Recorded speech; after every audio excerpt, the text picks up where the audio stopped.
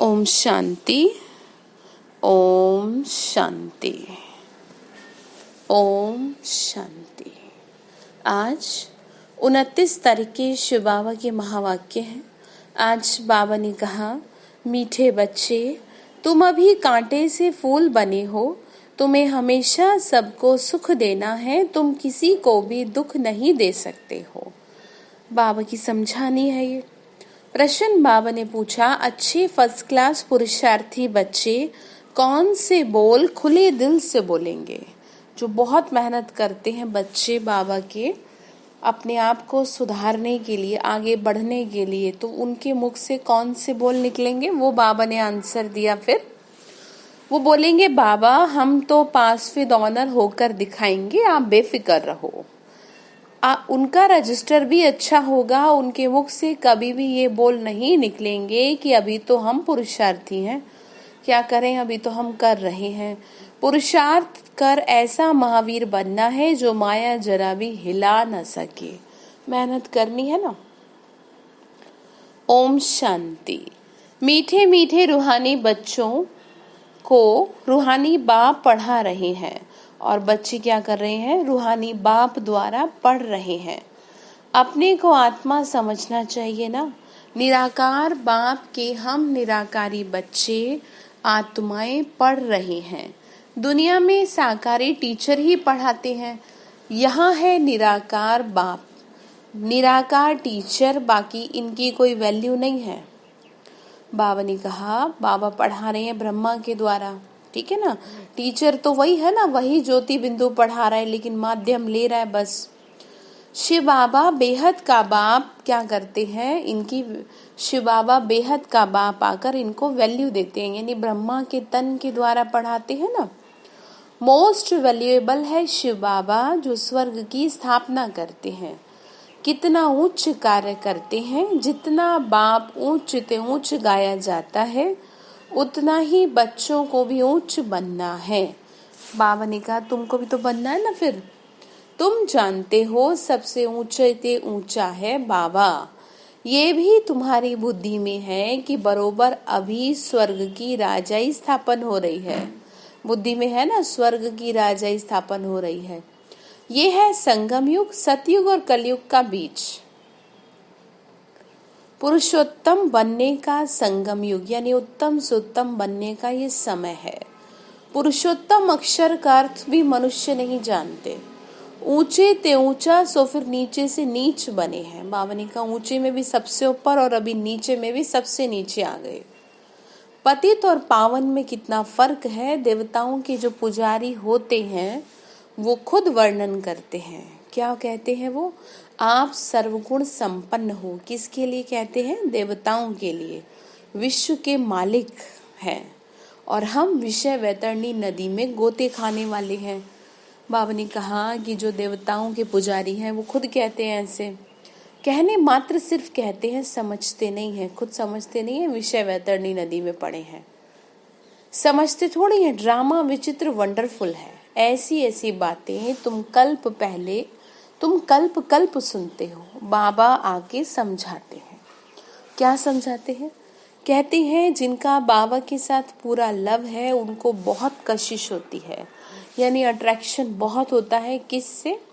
शिव बाबा से। ऐसा योग लगाएं जो उस निराकार को अट्रैक्ट करें।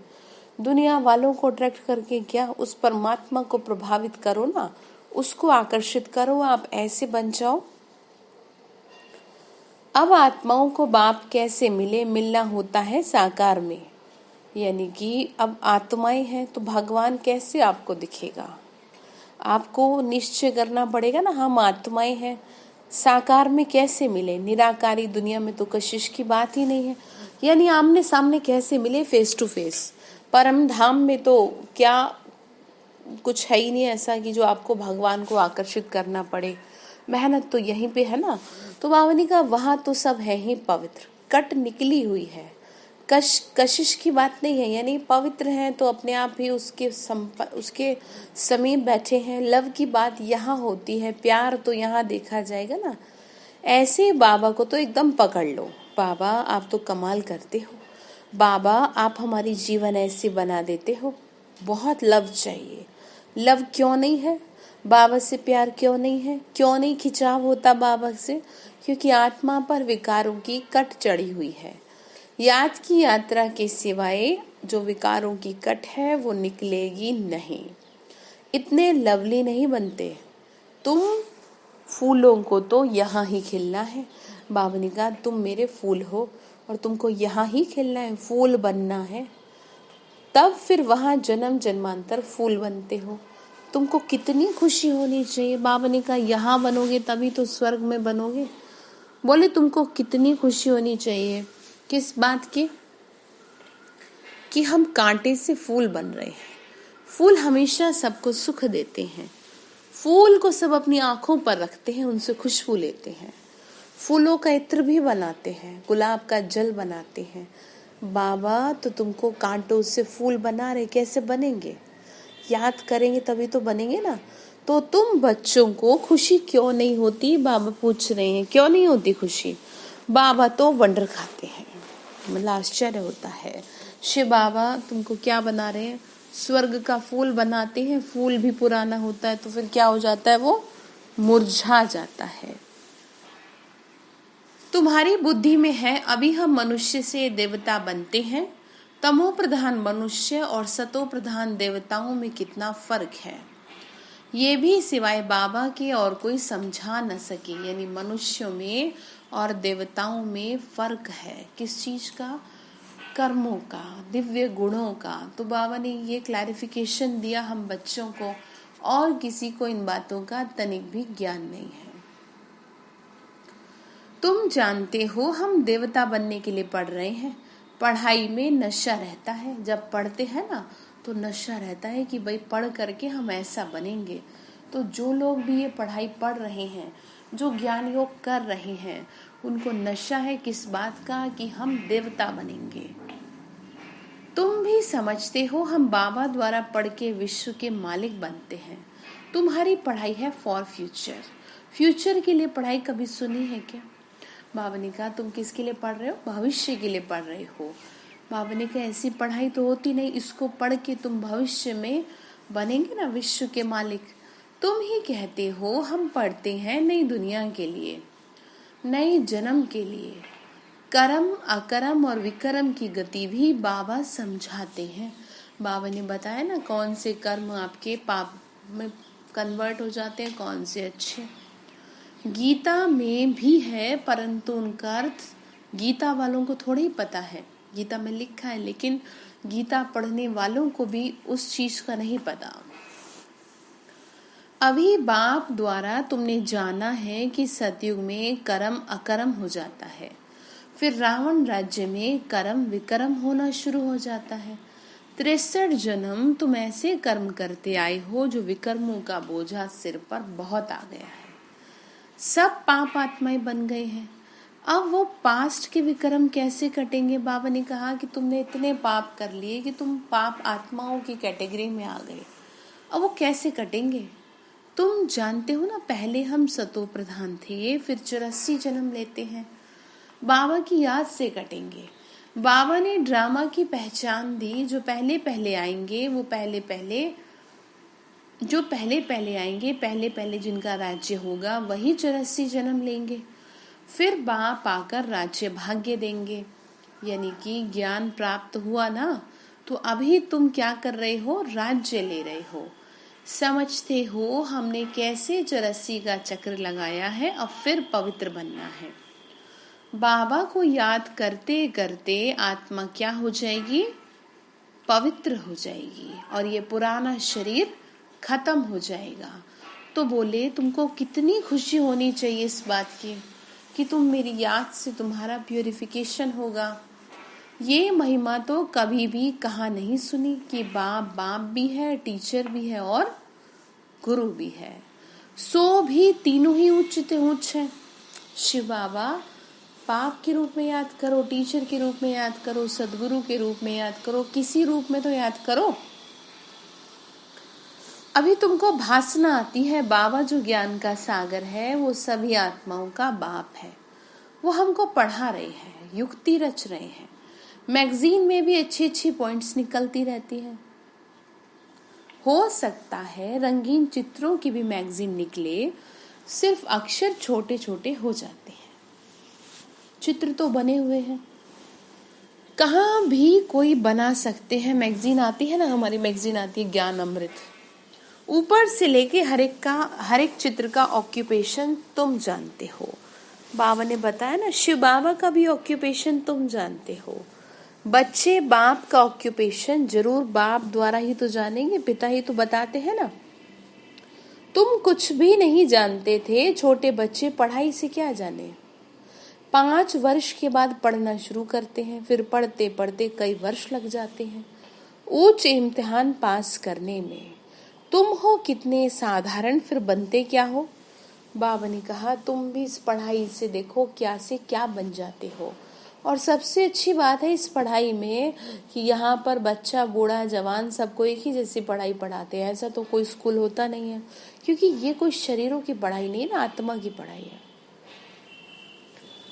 उच्च इम्तिहान पास करने में तुम हो कितने साधारण और बनते क्या हो विश्व के मालिक। तुम्हारा कितना श्रृंगार होगा, गोल्डन स्पून इन माउथ होगा। वहां का तो गायन ही है। अभी भी कोई अच्छे बच्चे शरीर छोड़ते हैं तो बहुत अच्छे घर में जन्म लेते हैं, तो गोल्डन स्पून इन माउथ मिलता है। इन एडवांस तो जाएंगे ना कोई पास। बाबा ने कहा कि अच्छे कर्म करेंगे तो अच्छे घर में जन्म मिलेगा। निर्विकारी के पास तो पहले पहले जन्म श्री कृष्ण को ही लेना है, बाकी तो जो भी जाएंगे वो विकारी के पास ही जन्म लेंगे। बाबा की याद से अब हम निर्विकारी बनेंगे ना, परंतु गर्भ में इतनी सजाएं नहीं भोगेंगे, लेकिन जन्म तो विकारी के पास ही लेना पड़ेगा ना। बाबा ने कहा बड़े अच्छे घर में जन्म लेंगे, सजाएं तो कट गई याद से मेरी, बाकी करके थोड़ी होंगी। इतना दुख नहीं होगा जितना नॉर्मल लोगों को होगा। आगे चल देखना तुम्हारे पास बड़े बड़े घर के बच्चे प्रिंस प्रिंसेस कैसे आते हैं। बाबा तुम्हारी कितनी महिमा करते हैं, तुमको हम अपने से भी उच्च बनाता हूँ। बाबा बोले जैसे लौकिक बाप बच्चों को सुखी बनाते ना, 60 वर्ष हुए बस खुद वानप्रस्थ में चले जाते हैं, भक्ति में लग जाते हैं। ज्ञान तो कोई दे ना सके, बाबा ने इस समय आकर के क्या दिया, ज्ञान दिया है। और इस ज्ञान से होती है सदगति।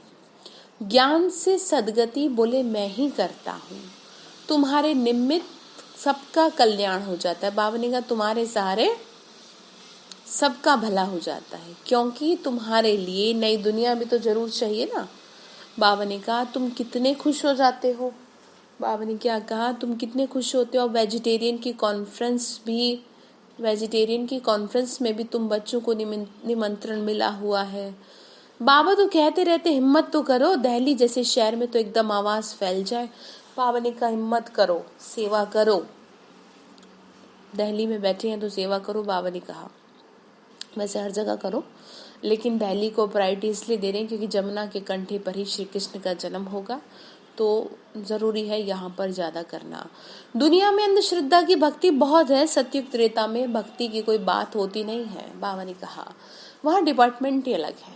आधा कल्प ज्ञान की प्रारब्ध होती है, तुमको 21 जन्म का वर्षा मिलता है। 21 जन्म तुम कैसे रहोगे, सुख से रहोगे, ठीक है।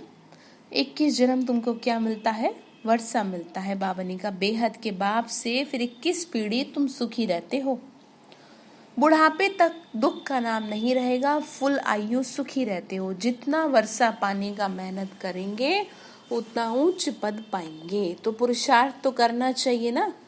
तुम देखते हो नंबरवार माला कैसे बनती है, पुरुषार्थ अनुसार ही तो बनेगी। बाबा ने कहा जैसा करोगे वैसे ही तो तुम्हारा गुणगान होगा। तुम हो स्टूडेंट, वंडरफुल। स्कूल में बच्चों को दौड़ाते हैं ना निशान तक, बाबा भी कहते हैं तुमको निशान तक दौड़कर फिर यहाँ ही आना है। याद की यात्रा में तुम दौड़ कर जाओ, फिर नंबर 1 में आ जाएंगे। इसीलिए प्रैक्टिस कराई जाती है कि बाबा को छू करके आए, परम धाम में दौड़ी लगा करके आए। बाबा ने कहा मुख्य क्या है, मुख्य है याद की यात्रा, ठीक है। तो इस याद की यात्रा पर क्या करना है, ध्यान देना है। बाप फिर कहते हैं बाबा हम भूल जाते, अरे बाप तुमको विश्व का मालिक बनाते हैं उनको तुम भूल जाते हो।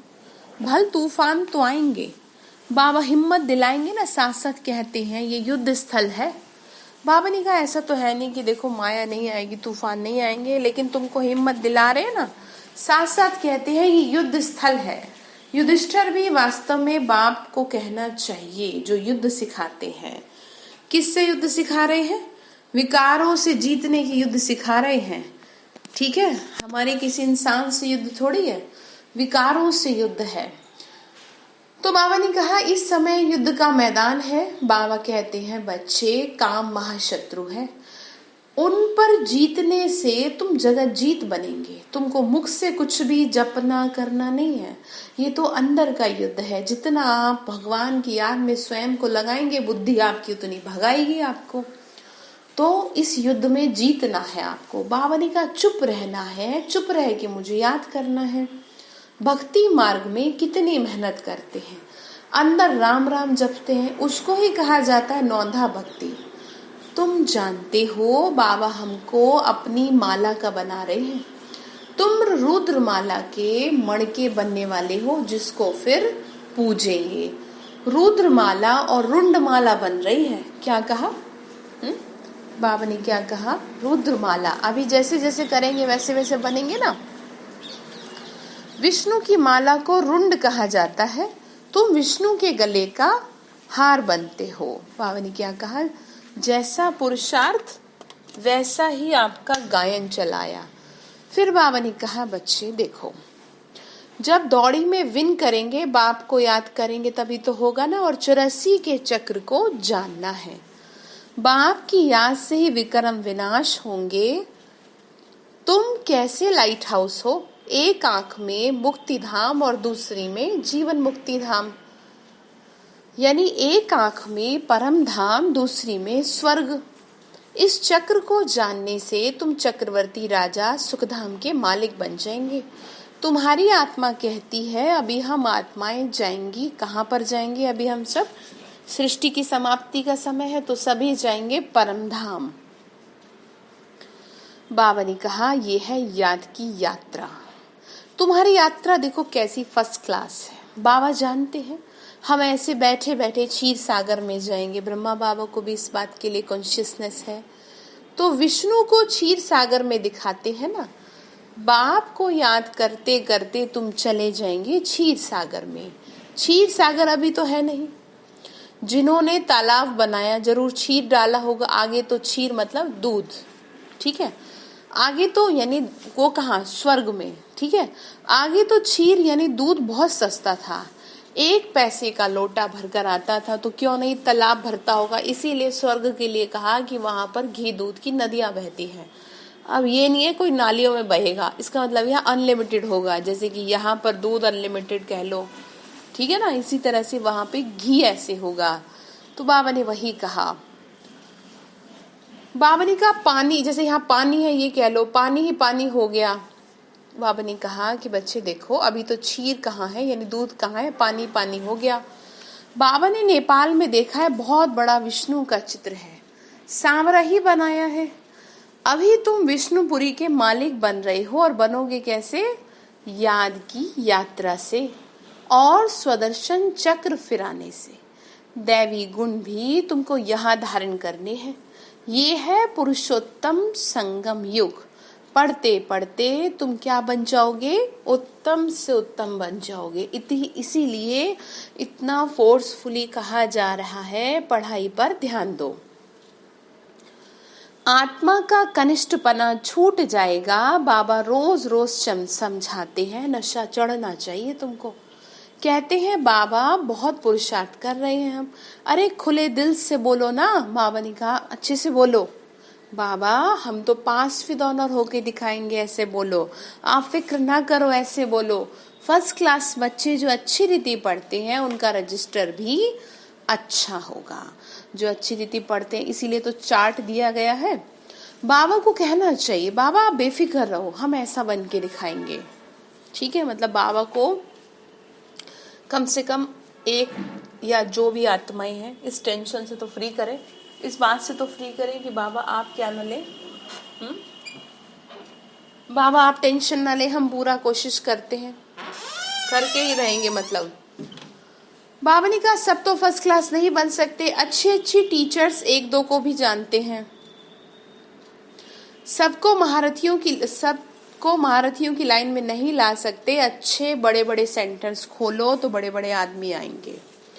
कल पहले भी हुंडी भरी थी, सांवल शाह बाबा हुंडी जरूर भरेंगे, दोनों बाप बछड़े वाल हैं। प्रजापिता ब्रह्मा के कितने बच्चे हैं, कोई गरीब, कोई साहूकार, कोई साधारण। कल पहले मिसल। बाबा ने कहा सेवा तो करो। अब तो आसुरी राजस्थान है। बाबा ने कहा कि पहले क्या था, दैवी राजस्थान कहा जाता, अभी तो आसुरी है। सारी विश्व दैवी राजस्थान थी, इतने खंड नहीं थे जितने अभी हैं। लास्ट में एक ही खंड रह जाएगा, भारत खंड। बाबा ने कहा यही दहली जमुना का कंठा था, उसको परिस्तान कहा जाता है। वहां की नदियां आधी उछलती थोड़ी हैं, बहुत अच्छी होंगी। बाबा ने कहा बहुत सुंदर दिखेंगी। अभी तो कितनी उछलती है, डैम्स फट जाते हैं। प्रकृति के जैसे हम दास बन गए हैं। फिर बाबा बोले अभी तुम मालिक बन जाएंगे। फिर वहां माया की ताकत नहीं रहती जो तुम्हारी बेइज्जती करे, धरती की ताकत नहीं जो हिल सके। कहां पर, सतयुग में। और अभी जो जितना प्रकृति को वाइब्रेशन देगा उतना ही ज्यादा प्रकृति उसको प्रोटेक्ट करेगी। अदरवाइज ये प्रकृति ऐसी है जो किसी को भी नहीं छोड़ेगी, इससे कोई नहीं बच सकता। अब ये नहीं है बाबा आप बचाओ, बाबा कैसे बचाएंगे आपको? आप तो कुछ करो मत, बाबा बचाए आपको। है योग करो मत, आप सही से ज्ञान योग की धारणा करो मत, कैसे बचोगे बताओ? इसीलिए बाबा ने कहा आधों का तो हार्ट फेल हो जाएगा। इसलिए ध्यान दो, जैसे खाने का टाइम आपका फिक्स है, ऐसी 5 मिनट 10 मिनट वाइब्रेशन का टाइम फिक्स रखो। अगर अपनी भलाई चाहते हैं तो, जबरदस्ती तो बाबा किसी को नहीं कहते। बाबा ने कहा तुमको भी तो महावीर बनना है ना, हनुमान को महावीर कहते हैं। बाबा कहते हैं तुम सब महावीर हो। महावीर बच्चे कभी हिल नहीं सकते। महावीर महावीरनी के मंदिर बने हुए। बाबा ने क्या कहा, मंदिर बने हुए हैं। चित्र इतने थोड़े ही सबके रखेंगे, मॉडल रूप में बनाया हुआ है। अभी तुम भारत को स्वर्ग बना रहे हो तो तुमको कितनी खुशी होनी चाहिए, कितने अच्छे गुण होने चाहिए। अवगुणों को अब निकालते जाओ। प्यार से समझा रहे हैं, सदैव हर्षित रहना है। तूफान तो देखो आएंगे, तूफान आए तभी तो पता चले कि कितनी ताकत है। तुम जितना मजबूत बनेंगे उतना तूफान आएंगे। जितनी बड़ी आपको कुर्सी चाहिए उतना ही टफ पेपर होगा, समझ रहे हैं? इसीलिए कहा कि आपको मेहनत तो करनी है ना, महावीर हो। नंबरवार पुरुषार्थ अनुसार ज्ञान का सागर बाबा ही है, बाकी सब शास्त्र आदि है भक्ति मार्ग की सामग्री। तुम्हारे लिए है पुरुषोत्तम संगम युग। बाबा ने कहा बच्चे तुम्हारे लिए संगम युग बहुत बेस्ट है। जैसे कहते हैं ना हर एक चीज का सीजन होता है, तो ये सीजन है अपनी लाइफ को बहुत अच्छा बनाने का। बाबा समझा रहे हैं कृष्ण की आत्मा यहाँ ही बैठी है, भागीरथ यह है। ऐसे तुम सब भागीरथ हो, भाग्यशाली हो ना। भक्ति मार्ग में बाप तो कोई का भी साक्षात्कार करा सकते हैं, इस कारण मनुष्य ने सर्वव्यापी कह दिया। बाबा ने कहा ये भी ड्रामा की भावी है, तुम बच्चे बहुत ऊंच पढ़ाई पढ़ रहे हो। बाबा ने क्या कहा, बच्चे देखो मनुष्य ने ऐसा कह दिया तो ये भी ड्रामा की भावी है। तुम बच्चे क्या कर रहे हो, बहुत ऊंची पढ़ाई पढ़ रहे हो, समझे? अच्छा, मीठे मीठे सिक्के लदे बच्चों प्रति माता पिता बाप दादा का याद प्यार और गुड मॉर्निंग। रूहानी बाप की रूहानी बच्चों को नमस्ते। रूहानी हम बच्चों की रूहानी माता पिता बाप दादा को नमस्ते नमस्ते नमस्ते। शिव बाबा नमस्ते। शुक्रिया बाबा, शुक्रिया बाबा, शुक्रिया। तो धारणा के लिए मुख्य सार है, आत्मा पर जो कट यानी जंक चढ़ी है उसे याद की यात्रा से उतारकर बहुत बहुत लवली बनना है। लव ऐसा हो जो बाप की सदा कशिश रहे, बाबा की तरफ अट्रैक्शन रहे। दूसरा पॉइंट है माया के तूफानों से डरना नहीं है, महावीर बनना है, अपने अवगुणों को निकालते जाना है, सदा हर्षित रहना है, कभी भी हिलना नहीं है। कहने का मतलब है माया के तूफानों से क्या नहीं होना, घबराना नहीं है, हिलना नहीं है। ये नहीं छोटी सी बात तो ये तो हाथ पैर फूल जाए आपके, ऐसे हो जाओ, अरे ठीक है क्या हुआ, सब ठीक हो जाएगा, बाबा साथ है तो वरदान दिया शिव बाबा ने, अपने अधिकार की शक्ति द्वारा त्रिमूर्ति रचना को सहयोगी बनाने वाले मास्टर रचता भव। अपने अधिकार की शक्ति द्वारा क्या करना है, त्रिमूर्ति रचना को, त्रिमूर्ति रचना यानी मन, बुद्धि और संस्कार, इसको अपने सहयोगी बनाना है। बाबा ने कहा त्रिमूर्ति शक्तियां, मन, बुद्धि और संस्कार, ये आप मास्टर रचता की रचना है, इन्हें अपने अधिकार की शक्ति से सहयोगी बनाओ, यानी कि इनके ऊपर आपका कंट्रोल हो, ये ना हो आप पर कंट्रोल हो इनका। जैसे राजा स्वयं कार्य नहीं करता यानी कराता है, करने वाले राज्य कारोबारी अलग होते हैं, ऐसे आत्मा भी करावनहार है। करणहार ये विशेष त्रिमूर्ति शक्तियां हैं, यानी मन, बुद्धि, संस्कार।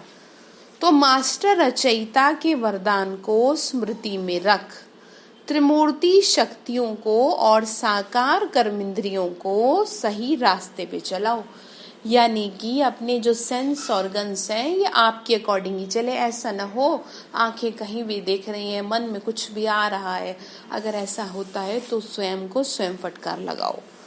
बाबा ने यही समझाया। स्लोगन है, अव्यक्त पालना के वरदान का अधिकार लेने के लिए स्पष्टवादी बनो। अव्यक्त पालना, बाबा की अव्यक्त पालना का अधिकार लेने के लिए स्पष्टवादी बनो। तो आज बाबा ने जो होमवर्क दिया है वो बाबा ने ये होमवर्क दिया। बाबा ने कहा बच्चे तुम मेरे को ये कहो सही तरीके से कि बाबा फिक्र मत करो, हम जरूर बनेंगे। ठीक है, तो बाबा को सबको कहना है, ध्यान रखना है। अच्छा, ओम शांति।